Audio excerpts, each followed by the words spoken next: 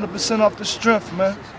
Off the strength. Can't get that off the strength. What's good, everybody? What's good? Welcome back to yet another episode of Off the Strength, where we're giving you the inside look into all things wellness culture. I'm a trainer called Tony, and of course, with me, I got a gentleman of extraordinary league. K.R. Jones is in the building. That's right, folks. We are back. And ladies and gentlemen, boys and girls, listeners of all type from near and far, you are now in store for a treat. Ain't that right, Brother Jones? Yay! All right, let them know, bro.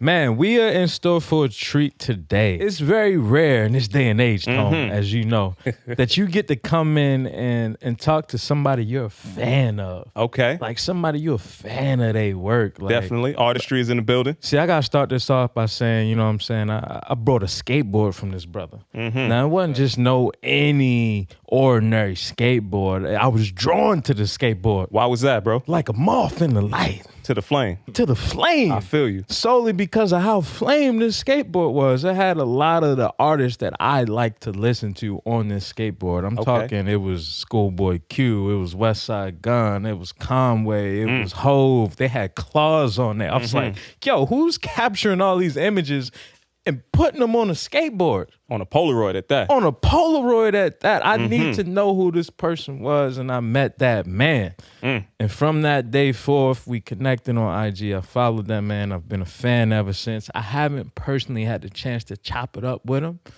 So this conversation right here is that. Okay, I'm looking forward to it. We got the man, the myth, the legend, Yeah. the Mr. In the Neighborhood himself, Yes, sir. P.V. We in the neighborhood. Let's make some noise one time. One time. PV, what's good, brother? How you feeling? Peace. I can't complain. Baby. Everything is good. Everything that Kyle resonated, I almost wanted to take that skateboard out of his house when I saw it. I was like, yo, where'd you get this from? This is flames. Then I started looking. Fam, he not only sold me the skateboard, but told me how to hang it up to make it art in the crib. He sent me the link. Facts. That's why it looked the way that it looked. That's what it was. Facts. You know what I'm saying? I appreciate the aesthetic, man. So PV, man, we start this interview in particular a way, you know. So I gotta ask you, where were you when you fell in love with this thing we call wellness, brother? So when I think about wellness, I think about the mental wellness and the mental health, and just, you know, having that confidence in yourself, or just being sure of yourself, you know what I'm saying? So I feel like everybody, they got different parts of their life. Like, it's like chapter 1, chapter 2, it's different chapters of their life, you know what I'm saying? So got to think back to like high school days. Those are some of the first days, I guess, in a lot of people's lives where you start to really realize what's going on around you, you know what I'm saying? Everything before then is like just peaches and cream. Everything is just kind of just going in your way. You know, all you gotta do is go to school, come home. It's not really too much to worry about. But I remember just as far as like being mentally aware and just being mentally and just like self-conscious of everything that I was doing. I remember trying out for the basketball team. So I remember just trying out for the varsity team, and I was so nervous. I didn't look good, you know what I'm saying? I didn't perform to my standards of what I know that I could do, you know what I'm saying? So again, just tapping into like the mental health and just having the confidence in yourself. I actually, he cut me the first tryout, and I came back the next day and I was telling him like, yo, I was nervous yesterday, but I know I could do this. I know I could perform better than what I showed you. And I ended up making the varsity team my sophomore year. So that was just one of those things where I just had to like reconnect with myself. And kind of just tell myself like, yo, you can do this. You know what I'm saying? Just that's really just like the mental wellness that comes to mind when I just think about early on. You know what I'm saying? And then, you know, there's other stories about when I got into my photography career, or at that point, I don't even know if you could call it a career, just not being compensated, not being paid, working for magazines and still not getting paid, being in certain areas and certain situations and around certain people. Just, you know, not necessarily getting what you feel like you deserve, but you still gotta have that mental strength to just keep going and just know that there's brighter days, because a lot of people, they just quit, you know what I'm saying? A lot of people, when they don't get the results straight out the gate, or even if you've been going for a little while, you don't get the results that you know you deserve or want, people just quit out the gate. And, you know, I'm still here doing what I gotta do. And just as far as photography, I've come a long way. My rates have definitely gone up, like, you know, exponentially.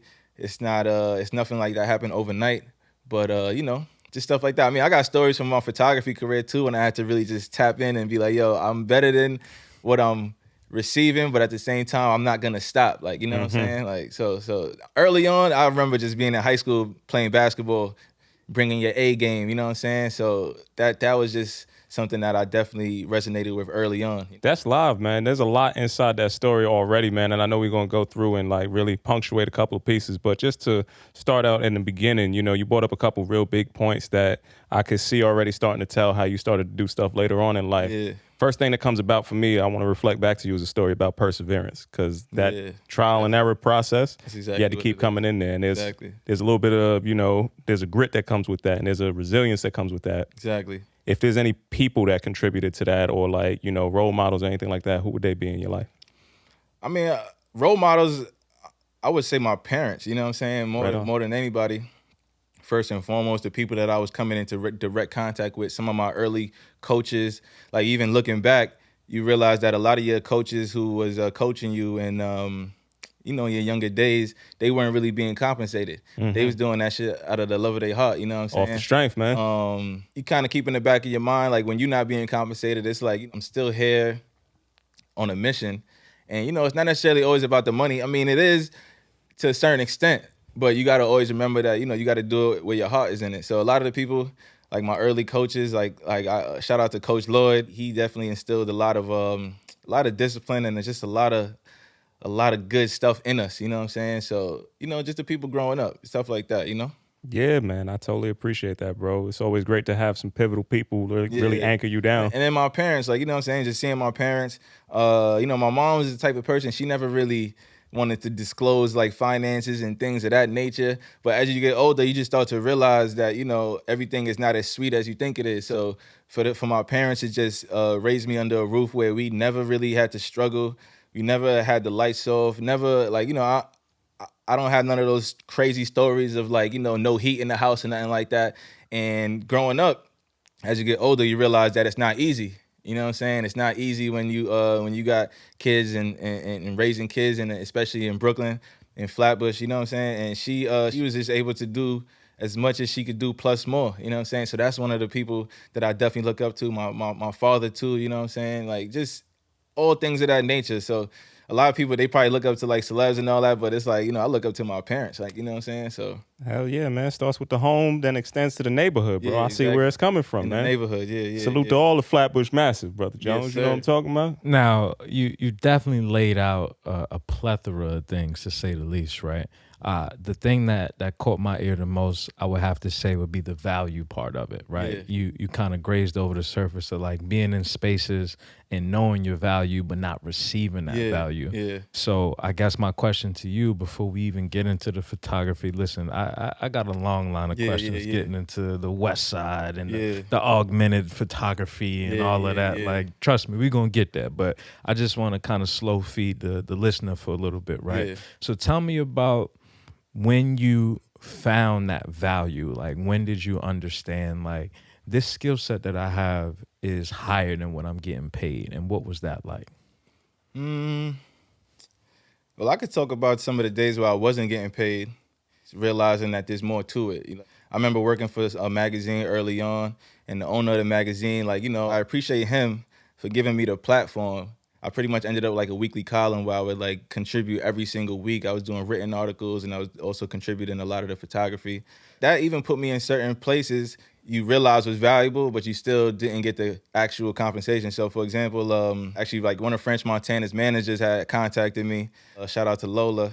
This is back in the day, maybe like 5, 6, 7, 8 years now. Yeah, she invited me to a video shoot to shoot some photos, just knowing that like, yo, if she wants me here, then it gotta be of a certain value, you know what I'm saying? And just like long story short, it was like a little cold, like it wasn't wintertime, maybe like late fall. And French Montana and Chinks was like chilling in a Rolls Royce. They had a Rolls Royce on the set. When they actually exited the car to go shoot their scenes, Lola asked me if I just wanted to sit in the back of the car just to like warm up or just like, you know, to catch my breath or whatever. And I'm in the back of a Rolls Royce, in the back of French Montana's Rolls Royce, you know what I'm saying?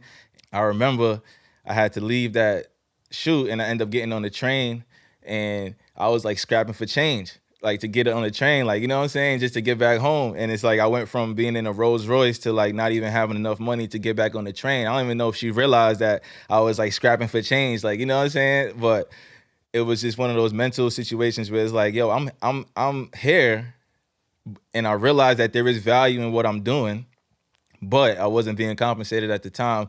And again, like, you know, I always appreciate everybody for giving me their platform, whoever like allowed me to just like use their platform to boost whatever I was doing. But again, it wasn't like I couldn't really like pay bills or like do anything or go out to eat with just like the clout, like, you know what I'm saying? So when I did finally realize, that was actually probably the earliest moment that I realized like there's value here. It's just that I'm not getting it yet, like, you know what I'm saying?